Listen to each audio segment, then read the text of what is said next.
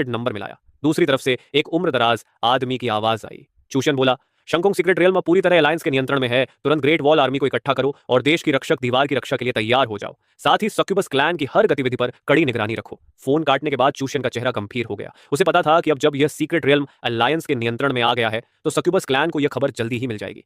इस साल भी वर्ल्ड चैलेंज में अलायंस का सामना उसी सक्यूबस क्लैन से होने वाला है। वे दानव इस सीक्रेट रियलम को नष्ट करने के लिए हर संभव कोशिश करेंगे, क्योंकि यहां मिलने वाला डिंगसन स्टील उनके लिए एक घातक कमजोरी था। तभी महल के बाहर अचानक 4 आकृतियां प्रकट हुई। चूशन ने जोर से कहा, मेरे साथ चलो, हम राष्ट्र की ग्रेट प्रोटेक्टिव वॉल की रक्षा करेंगे।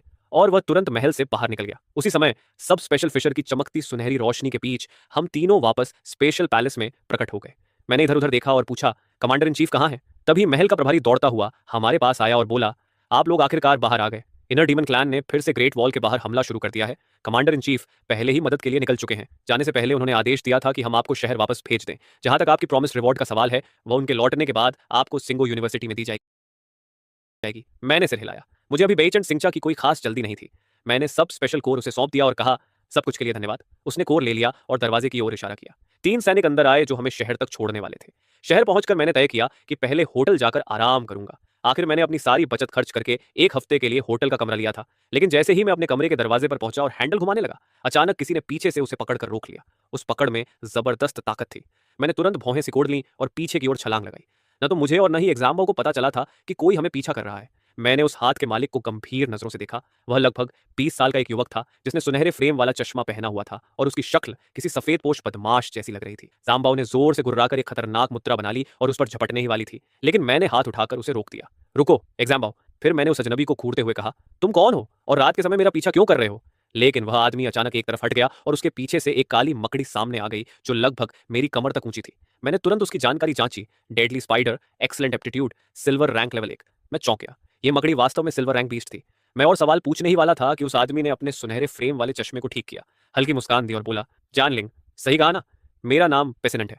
मैं इस बार किसी के कहने पर आया हूँ, तुम्हें एक छोटा सा सबक सिखाने के लिए। मैंने तुरंत उससे दूरी बना ली। यह साफ था कि बेसिनांट दोस्त बनकर नहीं आया था और ऊपर से वह एक सिल्वर रैंक बीस्ट मास्टर था। उसने अपने सफेद दस्ताने उतारे और अपनी डेडली स्पाइडर के सिर पर हाथ फेरते हुए ठंडी आवाज में कहा, क्योंकि तुमने गलत इंसान को नाराज कर दिया है। लेकिन चिंता मत करो, मेरे मालिक ने कहा है कि तुम्हें मारना नहीं है, बस तुम्हें अपाहिज बना देना है, ताकि तुम परीक्षा में भाग ही ना ले सको। इतना काफी होगा। उसकी बात सुनकर मेरे भीतर गुस्से की आग उबलने लगी, लेकिन मैंने पूरी ताकत से खुद को संभाला। मुझे इस बेसिनांट के मुंह से सच्चाई निकलवानी थी, ताकि पता चल सके कि इसके पीछे असली मालिक कौन है।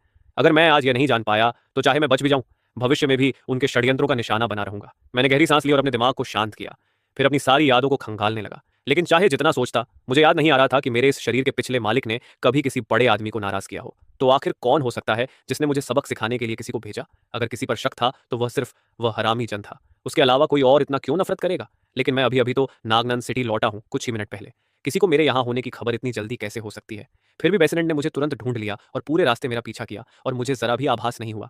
इसका मतलब साफ था, इसके पीछे जो भी है उसकी नगनान सिटी में बहुत बड़ी हैसियत है। ऐसी ताकत पूरे शहर में सिर्फ 2 तरह के लोगों के पास हो सकती है, या तो सिटी लॉर्ड सुटिंगलन या फिर शहर की बड़ी बड़ी ताकतवर फैमिलियां। तभी अचानक मेरे दिमाग में एक चमक सी हुई। मुझे समझ आ गया कि इसके पीछे कौन हो सकता है।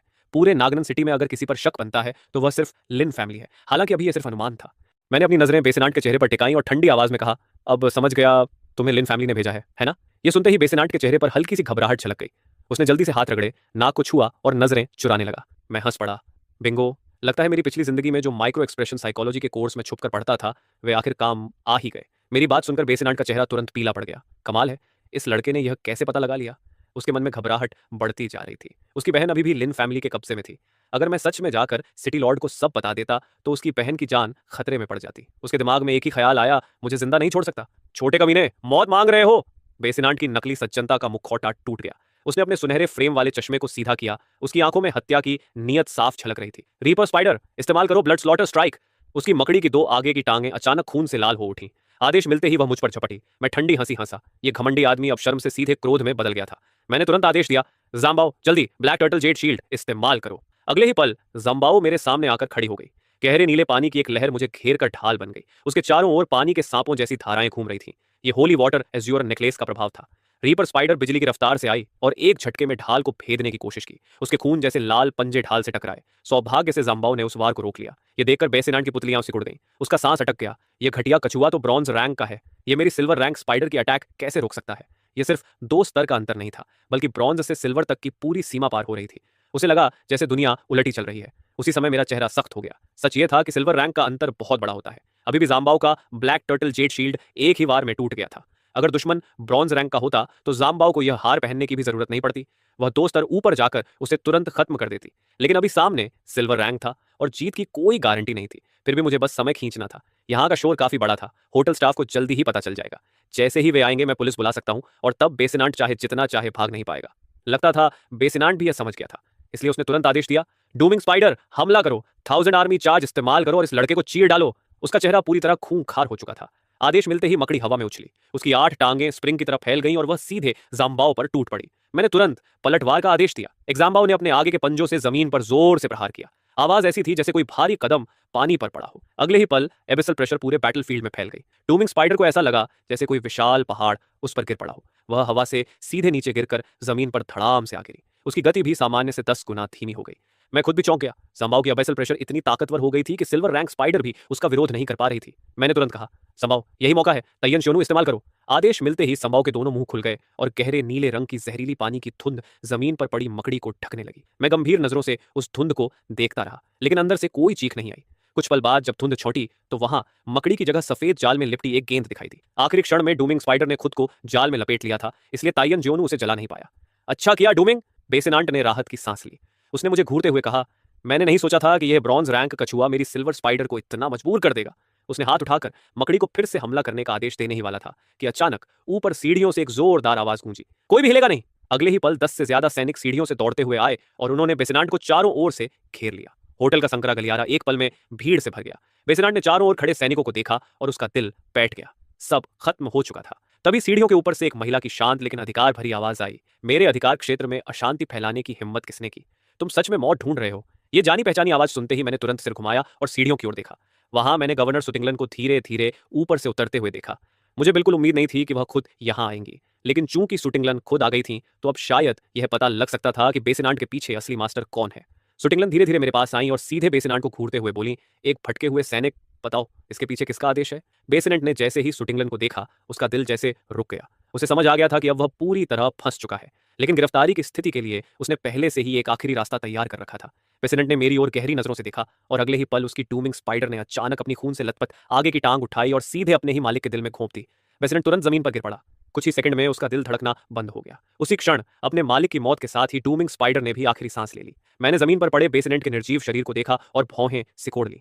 मामला अब और मुश्किल हो गया था। अब जब बेसिनेंट मर चुका था तो लिन फैमिली के खिलाफ कोई सबूत मिलना लगभग नामुमकिन था। इस तरह लिन फैमिली एक बार फिर साफ बच निकली।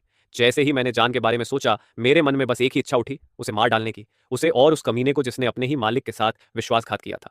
मुझे उम्मीद नहीं थी कि लिन फैमिली सिर्फ जैन की वजह से मुझे मारने के लिए किसी को भेज देगी, लेकिन बेसिनेंट की इस घटना के बाद जैन और लिन फैमिली कुछ समय तक कोई कदम नहीं उठाएंगे और मुझे भी 2 दिन बाद जिंगो यूनिवर्सिटी की प्रवेश परीक्षा देने जाना है। अगला मौका शायद तभी मिलेगा जब मैं वापस लौटूंगा, तभी मुझे बदला लेने का सही अवसर मिलेगा। मेरे प्यारे भाई जान, चूंकि बात यहां तक आ गई है तो तुम्हारा बड़ा भाई तुम्हें थोड़े दिन और जीने देगा। बेसिनेंट का मामला यहीं खत्म हो गया। सुटिंगलन मुझे सीधे सिटी लॉर्ड मैंशन ले गई। वहां पहुंचते ही मैं बिस्तर पर गिर पड़ा और गहरी नींद में सो गया। इस बार मुझे सच में अच्छी नींद आई। जब से मैं इस दुनिया में आया था या तो नोविस ट्रायल में भाग ले रहा था या फिर बैटलफील्ड में सीक्रेट टेक्निक्स खोजते हुए घूम रहा था। अगली सुबह मैं मैंशन की नौकरानी के साथ डाइनिंग हॉल में गया और बैठ गया। मुझे देखते ही सुटिंगलन ने हल्की मुस्कान के साथ पूछा, आज रात अच्छी नींद आई? मैंने सिर हिलाया, बहुत अच्छी। वह मुझे देखते हुए बोली, तुम बिल्कुल तनाव में नहीं लगते। क्या तुम्हें कल की शिंगो यूनिवर्सिटी प्रवेश परीक्षा को लेकर पूरा विश्वास है? मैंने एक पल सोचा, फिर कहा, हाँ थोड़ा तनाव तो है। मेरी जगह कोई भी होता तो होता, लेकिन अगर परीक्षा सिर्फ लड़ाई की है तो मुझे काफी भरोसा है। मेरी बात सुनकर सुटिंगलन हल्का हंस पड़ी। प्रवेश परीक्षा सिर्फ लड़ाई तक सीमित नहीं है। अगर तुम ऐसा सोचते हो तो कभी भी पहला स्थान हासिल नहीं कर पाओगे। यह सुनकर मेरा चेहरा थोड़ा जम गया और मैंने उनकी तरफ देखा। सुटिंगलन ने समझाते हुए कहा, पहला स्थान पाने के लिए सिर्फ लड़ाई काफी नहीं है। एक योग्य बीस्ट मास्टर को न सिर्फ लड़ाई में माहिर होना चाहिए, बल्कि हर परिस्थिति के अनुसार खुद को ढालना भी आना चाहिए। उसे हर पहलू में संतुलित विकास करना चाहिए, चाहे वह सेकेंडरी प्रोफेशन हो या कुछ और। मैं पूरी तरह उलझ गया था। मैं उनसे और पूछने ही वाला था कि तभी सुटिंगलन का फोन बज उठा। उन्होंने कॉल उठाई और तुरंत कहा, क्या वह ऑफिसर फिर से अस्थिर हो गई? ये सुनते ही सुटिंगलन झटके से खड़ी हो गई। उनके चेहरे पर गुस्सा साफ दिख रहा था। पूरे इलाके को तुरंत सील कर दो, मैं अभी पहुंच रहा हूं। इतना कहकर उन्होंने फोन काट दिया। फिर भौहें सिकोड़ते हुए मेरी तरफ देखा और बोली, आज तुम्हें खुद ही संभालना होगा, मुझे एक जरूरी काम निपटाना है। मैंने सिर हिलाया और पूछा, क्या ये वही नई इंटरडायमेंशनल फिशर है जो नागनन में खुली थी? बिल्कुल। सुटिंगलन ने थके हुए अंदाज में अपनी कनपट्टी दबाई। 6 महीने हो गए, लेकिन हम अभी तक उस फिसर पर नियंत्रण नहीं पा सके हैं और अब वह और भी अस्थिर हो गई है। इतना कहकर वह तुरंत डाइनिंग हॉल से बाहर चली गई। मैं चुपचाप उन्हें जाते हुए देखता रहा। मैंने भी उस नगनान इंटरडिमेंशनल फिशर के बारे में सुना था। वह पिछले साल खुली थी, लेकिन आज तक कोई भी उसे नियंत्रित नहीं कर पाया। सुना था कि उसका स्तर अब डायमंड रैंक तक पहुंच चुका है। अगले दिन सुबह सुटिंगलन वापस लौटी, लेकिन वह पूरी तरह थकी हुई लग रही थी। उन्होंने मैंशन के सामने खड़े हम लोगों को बिना कुछ कहे देखा, फिर तुरंत अपना फ्लाइंग बीस्ट हलनाओ बुलाया। नागनन सिटी से हमें लेकर वह सीधे जिंगदू की ओर उड़ चली। इस परीक्षा के लिए मुझे मिलाकर हम कुल 4 लोग थे। बाकी 3 2 लड़के और एक लड़की भी नागनन हाई स्कूल से थे, लेकिन मैं उन्हें नहीं जानता था। मैंने धीरे से सुटिंगलन के पास जाकर पूछा, लॉर्ड सू, उस फिशर का क्या हुआ? सुटिंगलन ने थके हुए अंदाज में कहा, उसकी इंस्टेबिलिटी को फिलहाल रोक दिया गया है, लेकिन इसके कारण उस फिशर को नियंत्रित करना और भी मुश्किल हो गया है। मैंने भी गहरी सांस ली। आखिर वह डायमंड रैंक फिशर थी। अगर मैं मदद करना भी चाहता तो मेरे पास इतनी ताकत नहीं थी। 3 घंटे बाद हम अलायंस कैपिटल क्योटो पहुंच गए। सुटिंगलन ने हमें चारों को सिंगो यूनिवर्सिटी के गेट के सामने उतारा और फिर तुरंत वापस चली गई। वहां पहुंचने के बाद हम सब अलग अलग हो गए, क्योंकि परीक्षा पूरी तरह इंडिविजुअल मोड में थी। मुझे किसी टीममेट की जरूरत नहीं थी। तभी अचानक पीछे से एक जानी पहचानी आवाज आई। सुसिया ऑक्सियो मेरी तरफ आती हुई बोली, जने, काफी समय हो गया। इससे पहले कि मैं कुछ कहता, सुसिया ऑक्सियो ने पीछे मुड़कर एक लगभग 40 साल के आदमी को खींचकर मेरे सामने खड़ा कर दिया। वह आदमी लगभग 2 मीटर लंबा था और उसकी काया बेहद ताकतवर थी। उसके उभरे हुए मांसपेशियां कपड़ों की आस्तीन तक फाड़ देने को तैयार लग रही थी। सुसिया ऑक्सियो ने हंसते हुए कहा, जेने, ये मेरे पिता हैं, सुयोंग चान। मैंने तुरंत झुककर उनका अभिवादन किया। नमस्ते मिस्टर सू। सुयोंग चान मुस्कुरा रहे थे, लेकिन उनके अंदर एक मजबूत अथॉरिटी साफ महसूस हो रही थी। उन्होंने मुझे देखते हुए कहा, तो तुम वही हो जो पूरी अलायंस में नंबर 1 आए हो। शाओ शाओ के दोस्त, मैं तुम्हें एक सलाह देता हूँ। सिंगो यूनिवर्सिटी की परीक्षा नगनन की परीक्षा जैसी नहीं है। यहाँ सिर्फ पॉइंट्स इकट्ठा करके सबको हराना काफी नहीं होगा। अगर तुम्हें पहला स्थान चाहिए तो तुम्हें अपनी पूरी ताकत झोंकनी होगी। मैंने शांत चेहरे के साथ सिर हिलाया। चाहे सुटिंगलन हो या सुयोंग चान, दोनों ने मुझे पहले ही चेतावनी दे दी थी कि यह परीक्षा आसान नहीं होगी। लेकिन आखिर यह परीक्षा कैसी होगी? उसी पल मुझे अपने अंदर दबाव बढ़ता हुआ महसूस होने लगा। तुम फिर से उसे डरा रहे हो? सुसिया ऑक्सियो ने नापसंदगी से हल्की सी गुर्राहट निकालते हुए कहा। उसे ऐसा कहते देखकर सुयोंग चान के होंठों पर हल्की मुस्कान आ गई। उन्होंने तिरछी नजर से श्याओ श्याओ को देखा और बोले, ठीक है, मैं और कुछ नहीं कहूंगा। श्याओ श्याओ, तुम JNE के साथ ही रहना और इवैल्यूएशन में अपना पूरा बेस्ट देना। मैं चलता हूं।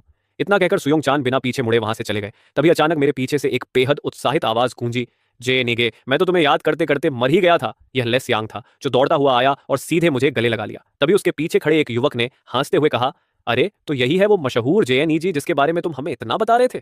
बोलने वाला भी किसी अमीर खानदान का लड़का लग रहा था और उसके पीछे एक दर्जन से भी ज्यादा चमचे खड़े थे। साफ था कि वह भी किसी बड़े घराने का बेटा है। यह सुनकर लेस यांग तुरंत मेरी ओर मुड़ा और गर्व से बोला, हाँ यही है वो नंबर 1 जिसकी मैंने तुम्हें बात बताई थी। अलायंस का पहला स्थान, जेनी SSS रैंक। फिर उसने मेरी तरफ इशारा करते हुए कहा, और जेने, यह है ओशन, क्योटो रियल एस्टेट का यंग एयर, मेरा क्योटो वाला दोस्त। मैंने कुछ नहीं कहा, लेकिन जैसे ही ओशन पास आया, मैंने महसूस किया कि उसके साथ खड़े सभी लोग मुझे तिरस्कार से देख रहे हैं, जैसे मैं उनके बराबर का इंसान नहीं बल्कि कोई घिनौना कीड़ा हूं। मैंने शिष्टाचार में हाथ बढ़ाकर उसे ग्रीट करना चाहा, मगर वह हंस पड़ा और बोला, SSS रैंक कितना चमकदार लगता है, लेकिन शिंगो यूनिवर्सिटी में तुम्हारे जैसे गरीब गंवारों की कमी नहीं है जो किसी दूर दराज के गड्ढे से निकलकर यहाँ आ जाते हैं। ऐ बदबूदार भिखारी, इस चेहरे के साथ तुम पहला स्थान लेना चाहते हो। मैं तो बस इंतजार करूंगा कि तुम कैसे मुंह के बल गिरते हो। ओशन की आंखों में घमंड साफ दिख रहा था। ओशन, तुम क्या बकवास कर रहे हो? मैं कुछ कहता, उससे पहले ही लेस यंग गुस्से से भर उठा।